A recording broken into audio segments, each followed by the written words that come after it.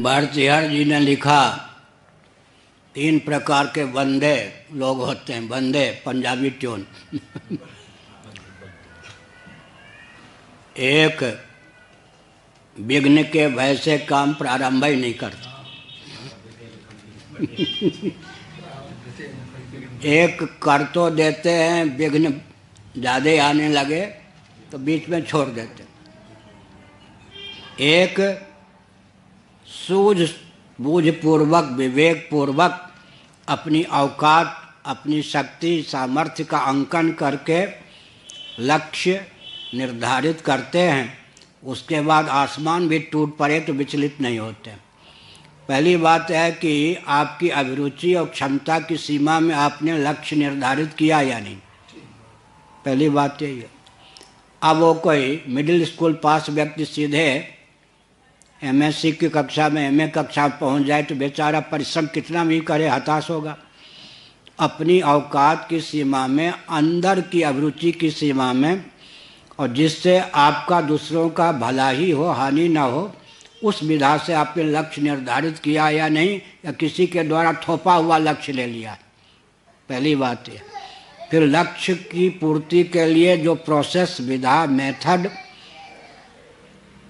हो उचित, उसको अपनाया या नहीं, इस पर भी निर्भर करता है। लक्ष्य तो बना लिया लेकिन उसके अनुकूल पश्चिम जाना है, पूर्व की ओर चलने लग गए तो काम नहीं बनेगा।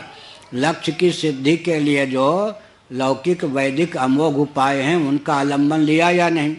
लक्ष्य भी आपका ठीक है, उपाय भी ठीक है, तो संघर्ष होता है तो एक बहुत बढ़िया बात है। कुछ लोग गंगा स्नान के लिए जा रहे थे, मोहल्ले वाले। एक बाबा ने मुझको बताया बचपन में, मैं नईमसारण में था, बाबा ही था वो, पुराने बाबा वानप्रस्थ से भिंड जिला के, वो ग्वालियर नरेश के राज्य में दरोगा रहे थे। उन्होंने हमको कहा, बेटा तुम सुन लो, तो मैं आपको बता रहा हूँ। उन्होंने जो उदाहरण दिया कि उस मोहल्ले का जो कुत्ता होता है वो भी उन यात्रियों के साथ चलता है गंगा की ओर, जहाँ जा रहे हैं अपनत्व है।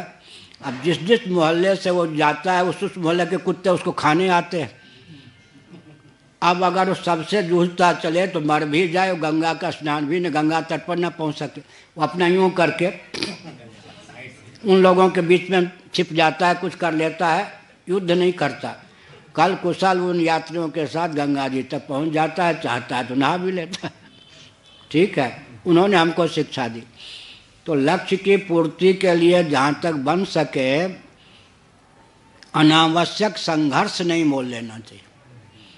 संघर्ष की वही घाटी अपनानी चाहिए जिसको अपनाए बिना काम न सधे।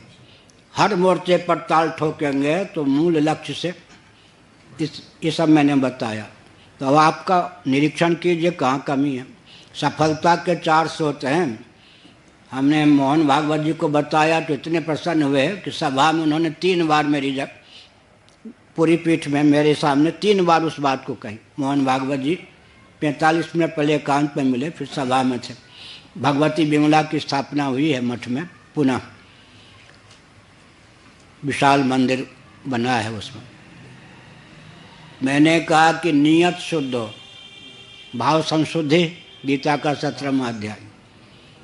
उसके बाद नियत को क्रियान्वित करने के लिए नीति शुद्ध हो, ठीक है, और नीति को क्रियान्वित करने के लिए विधा, प्रोसेस या मेथड व्यवस्थित हो, और उस विधा को मूर्त रूप, व्यावहारिक रूप देने वाले सब सुव्यवस्थित, सूझबूझ संपन्न, सक्रिय हों, तो 100% सफलता मिलती है। असफलता का प्रश्न ही नहीं है। कम से कम प्रारब्ध प्रतिकूल हो तो अभी इतिहास तो बन ही जाता, बल्कि 100% सफलता मिलती। समझ गए? भाव में शुद्धि होनी चाहिए, भाव की अभिव्यक्ति के लिए नीतिगत त्रुटि नहीं होनी चाहिए, और नीति को क्रियान्वित करने की विधा में कोई त्रुटि नहीं होनी चाहिए, और अपने जीवन में सहयोगी जितने हैं सूझबूझ, संपन्नता, सक्रियता होनी चाहिए। सफलता समय पर मिलती है। बस जिस लक्ष्य की पूर्ति के लिए जितनी फीस चुकानी चाहिए उतनी फीस नहीं चुकाएंगे तो लक्ष्य की पूर्ति कैसे हो। बस हो गया बहुत।